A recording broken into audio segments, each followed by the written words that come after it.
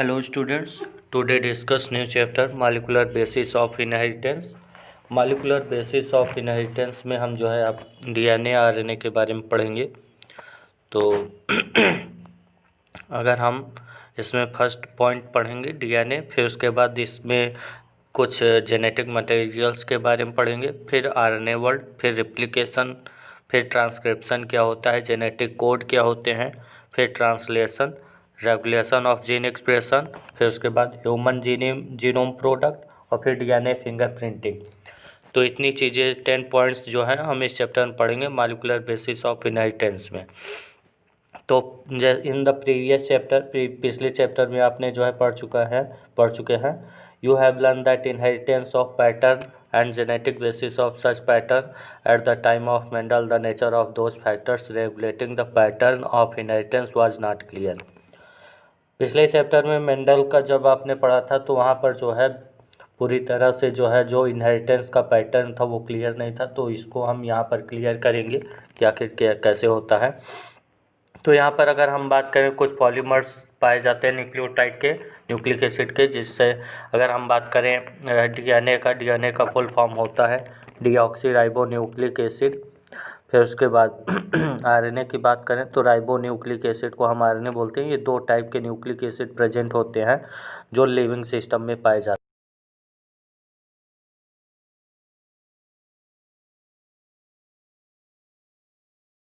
जाता है। अगर हम आरएनए की बात करें, आरएनए भी एक जेनेटिक मटेरियल है, लेकिन ये जो है वायरस में पाया जाता है, वायरसों में पाया जाता है। ठीक है। फिर उसके बाद इसका और क्या फंक्शन है, इसका जो है मैसेंजर का भी वर्क होता है कि ये जो है संदेश पहुंचाने का भी वर्क करता है। ये एक एडिशनल जो है रोल होता है इसका। अगर हम रिप्लिकेशन की बात करें तो रिप्लिकेशन प्रोसेस में क्या होता है, आरएनए फ्रॉम डीएनए ट्रांसक्रिप्शन के द्वारा होता है।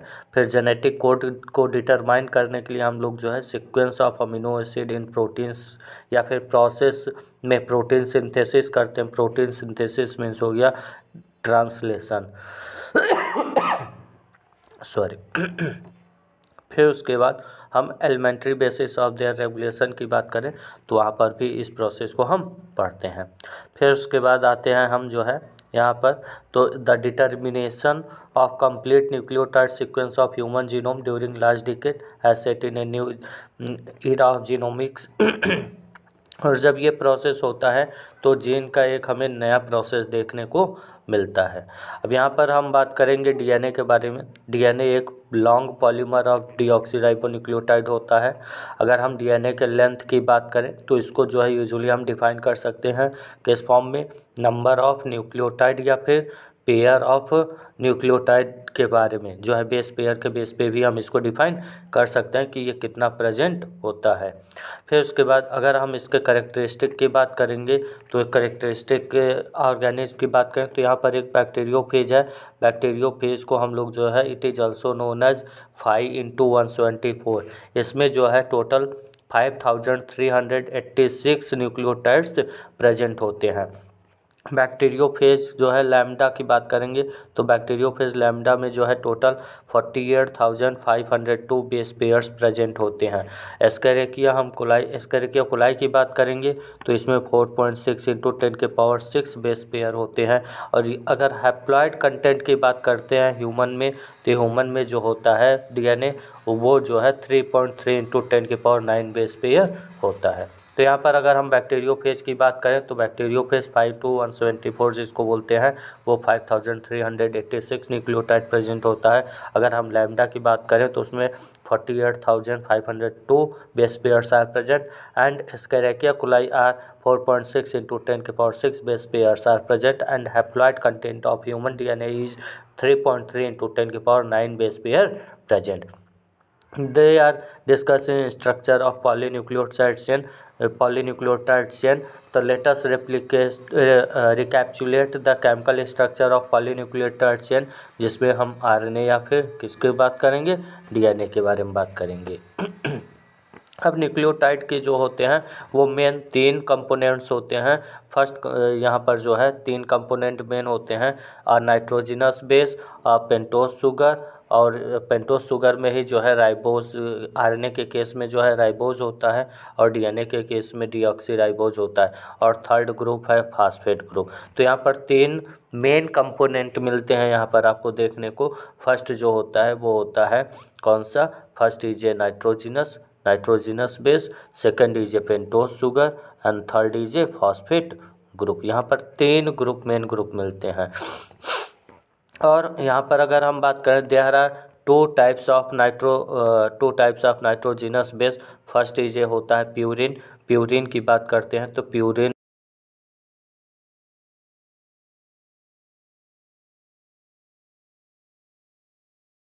साइटोसिन, यूरेसिल एंड थाइमिन, तो ये भी याद कर सकते हैं। तो प्यूरिन में कौन होता है, एडेनिन एंड ग्वानिन, और पिरिमिडिन में साइटोसिन एंड यूरेसिल प्रेजेंट होते हैं। साइटोसिन की बात करें तो दिस इज कॉमन बात आरएनए एंड डीएनए, ये दोनों में कॉमन होता है, डीएनए और आरएनए में। लेकिन थाइमिन की बात करें तो ये जो है केवल किस में प्रेजेंट होता है, डीएनए में प्रेजेंट होता है। Thymine is present in DNA. Uracil की बात करें तो यूरेसिल जो होता है, uracil is present in RNA at the place of thymine. लेकिन जब हम नाइट्रोजिनेस बेस की बात करते हैं तो वो लिंक्ड होता है OH of 1 degree carbon of pentose sugar किसके द्वारा, नाइट्रोजन ग्लाइकोसिकेट लिंकेज बॉन्ड के द्वारा न्यूक्लियोसाइड से, ठीक है।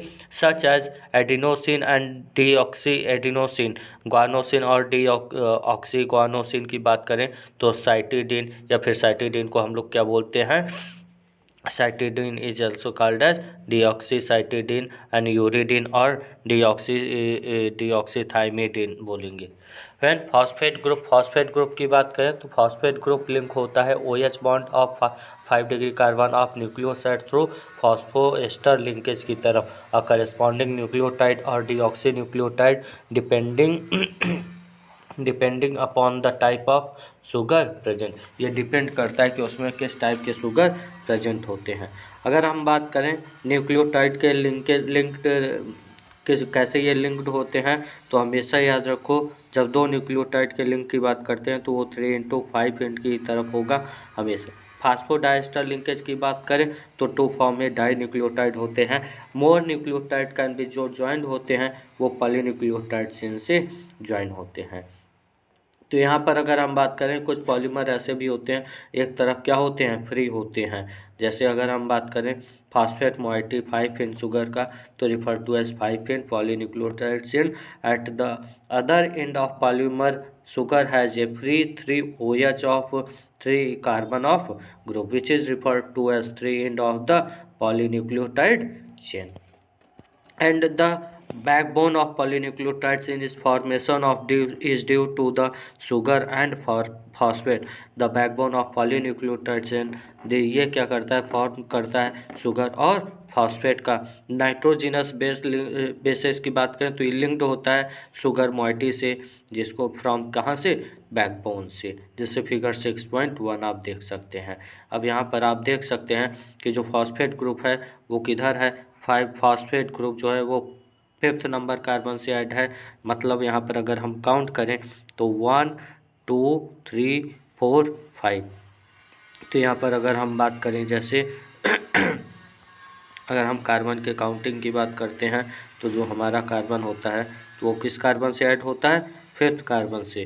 1 1 2 3 4 5, ठीक है, 5 कार्बन। फिर उसके बाद हम यहाँ पर अगर बात करें 3 एंड की तरफ तो इधर क्या होता है, OH ग्रुप होता है। तो ये एक आपका जो डायग्राम है ये है पॉलीन्यूक्लियोटाइड चेन का, ठीक है। तो यहाँ पर ये आपका हो गया। फिर उसके बाद हम डीएनए की बात करें। डीएनए जो होता है एक एसिडिक सब्सटेंस होता है, प्रेजेंट होते हैं इसमें nucleus.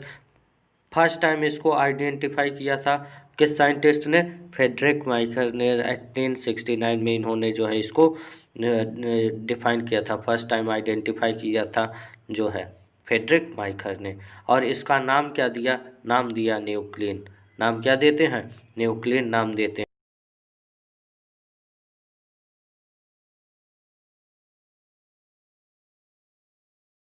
in isolation, such a long polymer intact, the elucidation of structure DNA remains elusive for very long period of time।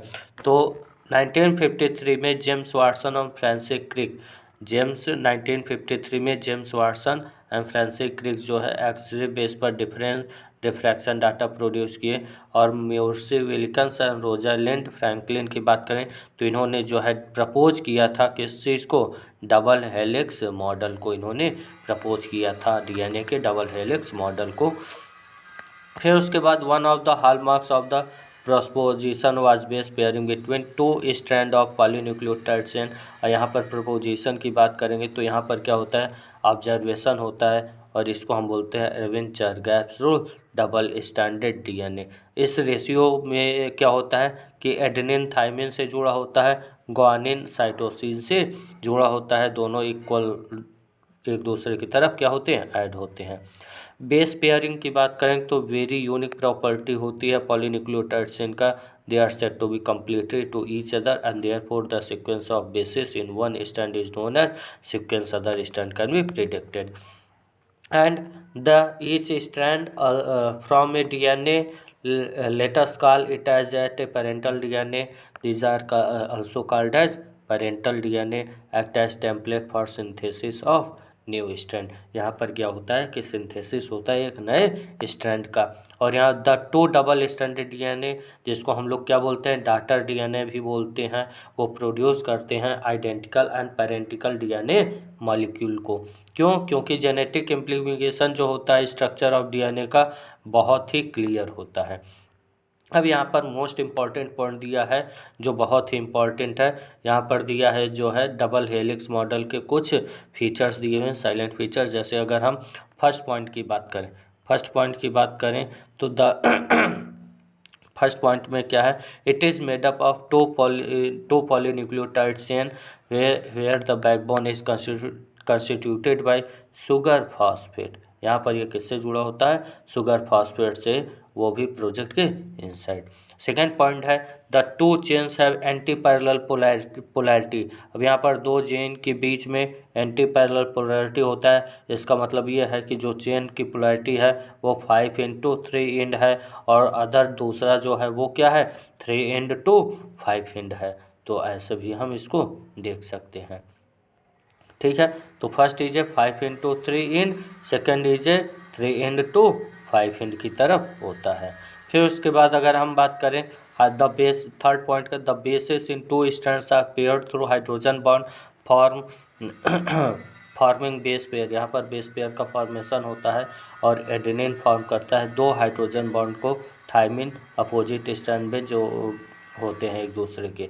Guanosine की बात करें तो ग्वानोसिन साइटोसिन के बीच में 3 हाइड्रोजन बॉन्ड होता है। तो यहाँ पर एक चीज़ ये पता चला आपको कि जब हम हाइड्रोजन किसकी बात करते हैं, ए और टी की बात करते हैं, तो इनके बीच में 2 बॉन्ड पाए जाते हैं। और जब हम जी और सी की बात करते हैं तो इनके बीच में 3 हाइड्रोजन बॉन्ड प्रेजेंट होते हैं। फिर उसके बाद पॉइंट दिया है the two chains are coiled in right handed fashion, the pitch of helix. यहाँ पर आपसे पूछा जाएगा कि जो पिच ऑफ हेलिक्स है उसका साइज कितना है, तो 3.4 nanometer of 1 billionth of the meter is 10⁻⁻⁻।